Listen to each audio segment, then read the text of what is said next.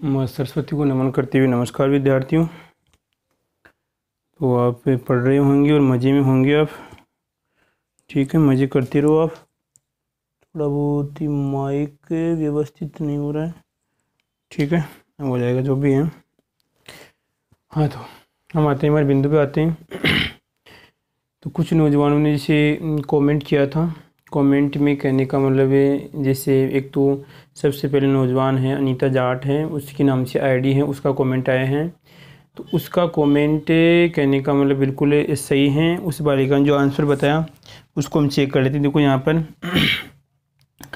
पहला क्वेश्चन तो ये था कि जो मैंने जो आपको कहने का मतलब जो जीव दिखाया था आपको, जो कहने का मतलब है जो कीड़ा मकोड़ा जो भी था वो दिखाया था, तो उसका बिल्कुल सही आंसर है।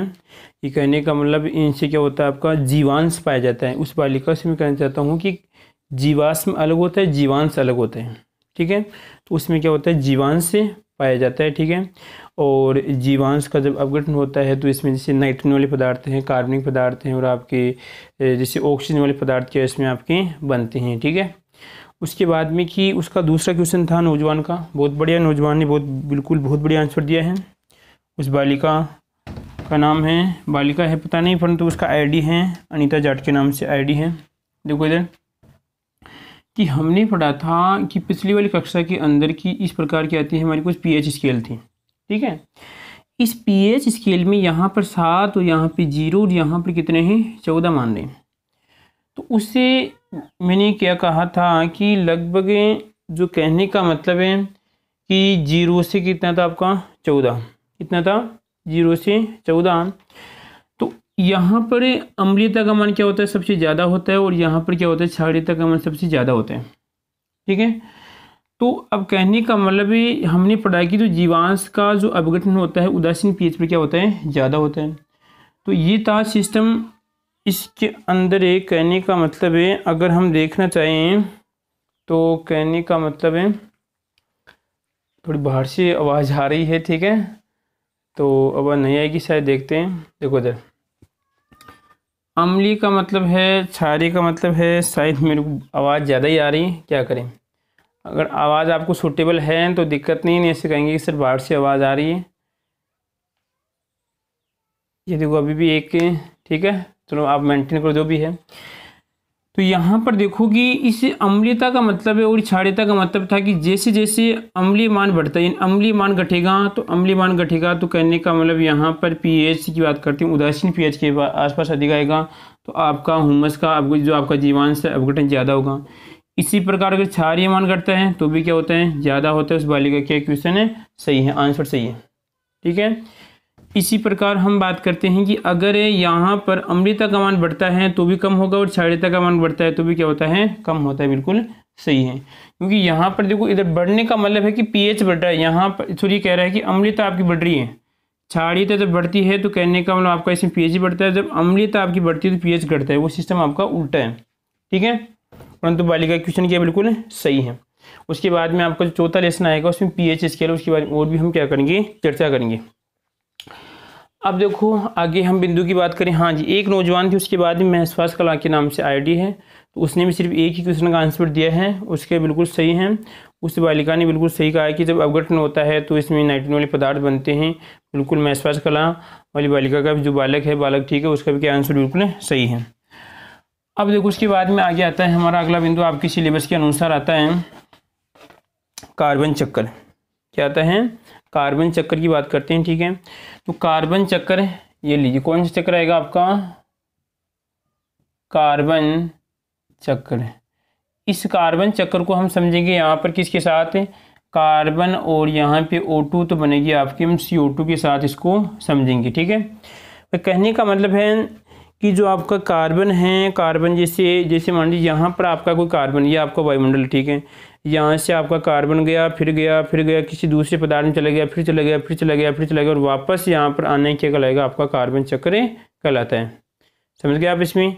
अगर हम मृदा की बात करें, वायुमंडल से कहाँ पे जाएगा, आपका मृदा में, और मृदा से वापस वायुमंडल में आना क्या कहलाता है, आपका कार्बन चक्र कहलाता है। जैसे आप कहने का मतलब है, अगर कोई जैसे मान लीजिए कोई ऐसा, अगर मान लीजिए घूमने वाली चीज़ है, ठीक है, घूमने वाली चीज़ है वो इस प्रकार घूमेगी, यहाँ से स्टार्ट होती है फिर घूमती है और वापस अपने स्थान पर जाती है, वो भी क्या एक तरह का क्या है, चक्कर ही होता है। या मान लीजिए किसी आप कोई काम के लिए जाते हैं और आपको कोई काम नहीं होता है, ठीक है, और आप कहते हैं कि आकर चक्कर ही कटवा दिया हमें, ठीक है, तो वही सिस्टम होता है कि कहने का मतलब आप घूम भी रहे हैं और आपको वापस वहाँ पे आ रहे हैं, और आपका कहने का मतलब इसमें कोई परिवर्तन, विशेष परिवर्तन भी नहीं होता है, वही परिवर्तन आपकी घूम के होते हैं वापस प्राप्त हो जाती हैं। तो आपको क्या याद रखना है इसमें, ये कहने का मतलब जो आपका कार्बन है उस कार्बन का एक रूप से दूसरे रूप में जाना और वापस से कहने का मतलब वायुमंडल में आना, वायुमंडल से एक रूप से दूसरे रूप में जाना और वापस कहाँ पे आना, आपके वायुमंडल में आना, क्या कहलाएगा, आपका कार्बन चक्र कहलाता है। या अगर मृदा की बात करें, मृदा प्लस वायुमंडल की क्या कहलाएगा आपका, कि जैसे मान लीजिए आपकी वायुमंडल है, इस वायुमंडल से आपकी किस में आएगा, मृदा में आएगा, और मृदा में यहाँ पर जब क्रियाएँ होगी अनेक सूक्ष्म जीव इसको तोड़ेंगे, ठीक है, कार्बनिक पदार्थ को तोड़ने के बाद में वापस यहाँ पे क्या रहेगा आपका, इससे आपकी वायुमंडल में तो कहलाएगा आपका कार्बन चक्र कहलाता है। तो यही कारण होता है कि कभी भी आपकी वायुमंडल और आपकी मृदा के अंदर क्या होती है कि लगभग इस CO2 की मात्रा में कोई परिवर्तन नहीं होता है, मृदा में हो सकता है परंतु वायुमंडल में कार्बन की मात्रा में कोई विशेष परिवर्तन नहीं होता है, ठीक है। ये आपका चक्कर समझ में आ गया। चक्कर क्या समझना है, सीधी सी बात है। फिर देखो वापस यहाँ पर कहलाएगा वायुमंडल, क्या आपका वायुमंडल, ठीक है।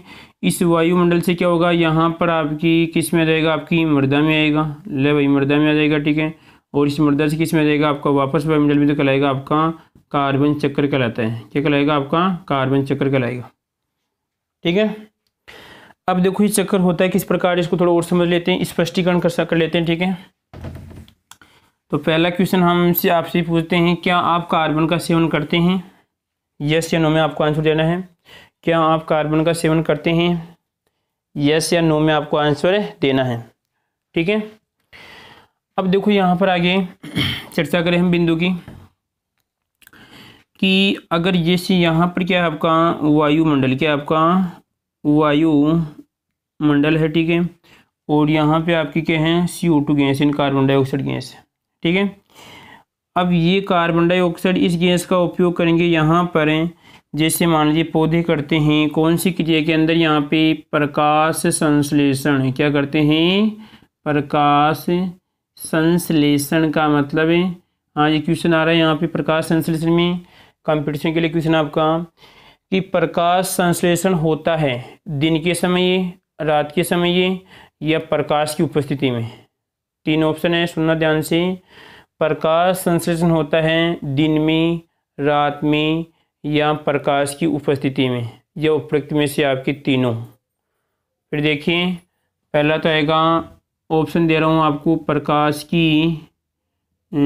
प्रकाश की उपस्थिति में, दूसरा है दिन के समय, ठीक है, और तीसरा आपका रात के समय, ठीक है।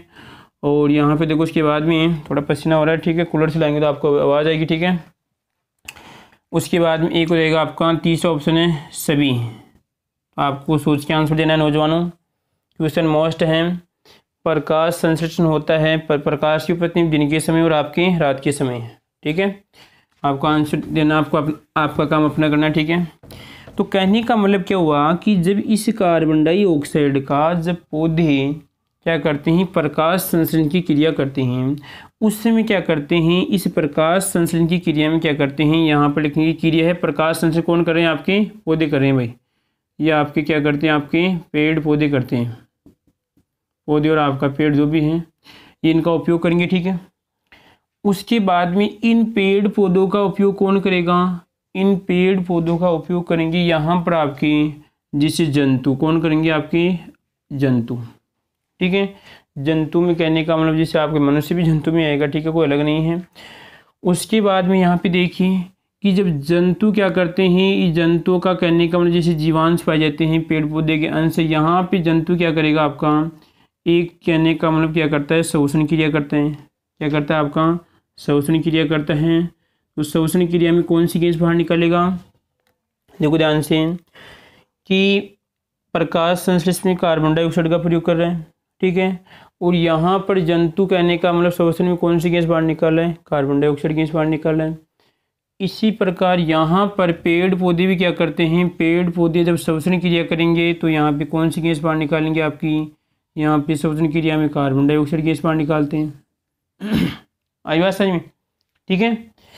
कहने का मतलब यहाँ पढ़ें कि आपने थोड़ा बहुत पढ़ा होगा, जैसे 10th क्लास में आपने बायोलॉजी में पढ़ा होगा थोड़ा बहुत है कि जब हम भोजन करते हैं, ठीक है, तो हमने भोजन किया या हम भी, या कहने का मतलब हमने, जैसे मान लीजिए आपका भोजन के अंदर हम किसी पेड़ पौधे का कोई फसल या कोई हम फल खा रहे हैं जो भी हैं, उस फल का जब हमारे शरीर में पाचन होता है तो एक क्रिया होती है आपकी ऑक्सीकरण। कौन सी क्रिया होती है आपकी? ऑक्सीकरण क्रिया। देखो इधर यहाँ पे ऑक्सीकरण का मतलब यहाँ पर आएगा कार्बन डाई, आपका ये ऑक्सीकरण होगी।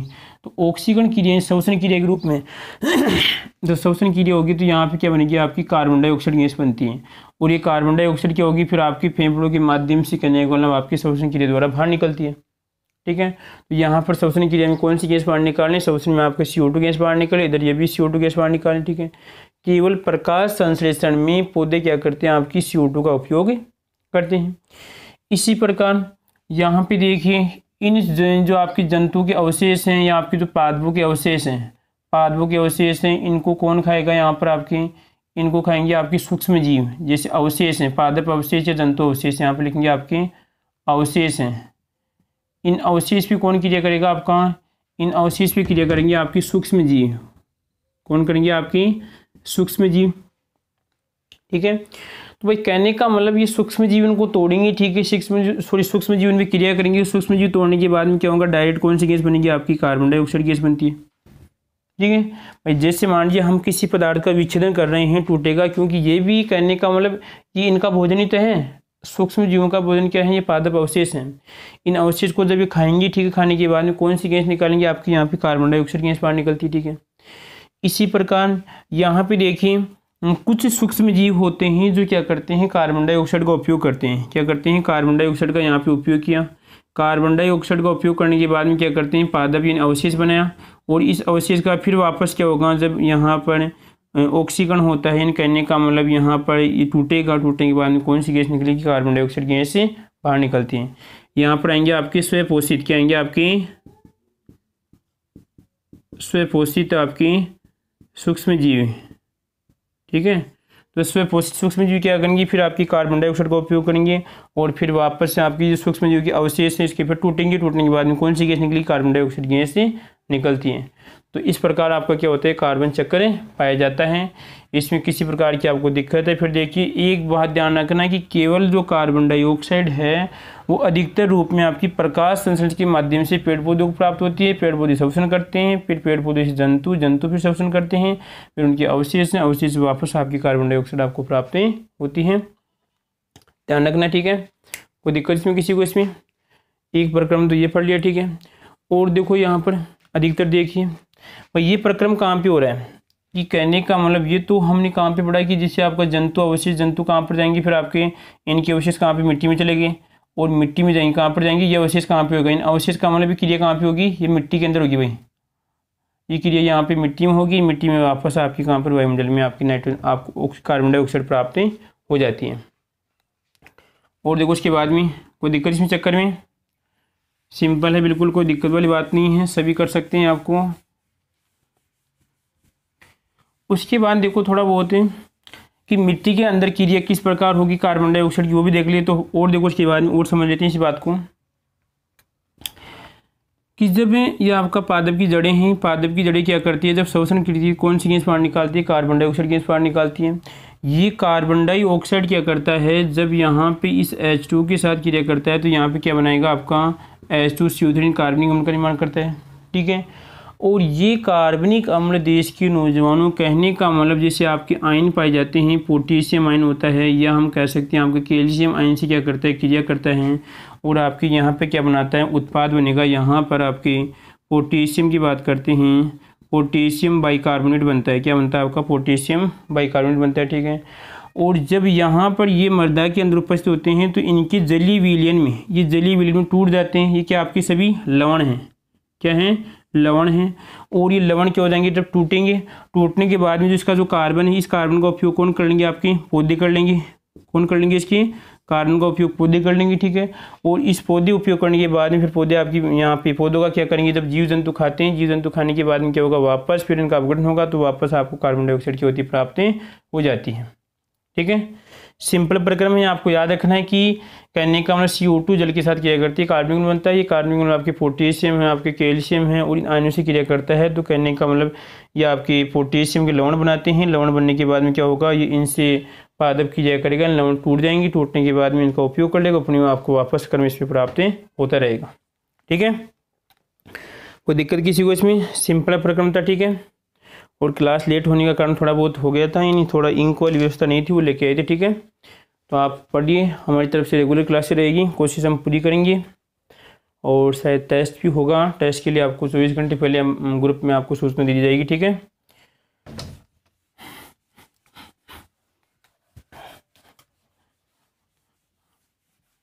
अब आगे जो प्रक्रम चलेगा हमारा वो आपका ह्यूमस है। तो ह्यूमस में देख लेता हूँ मैं टाइम कितना हो गया, उसके अनुसार अगर उसकी क्लास भी बनाई या नहीं बनाई।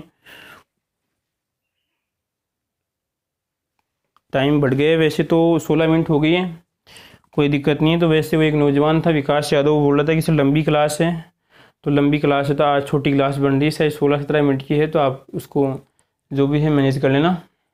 ठीक है प्यारे विद्यार्थियों।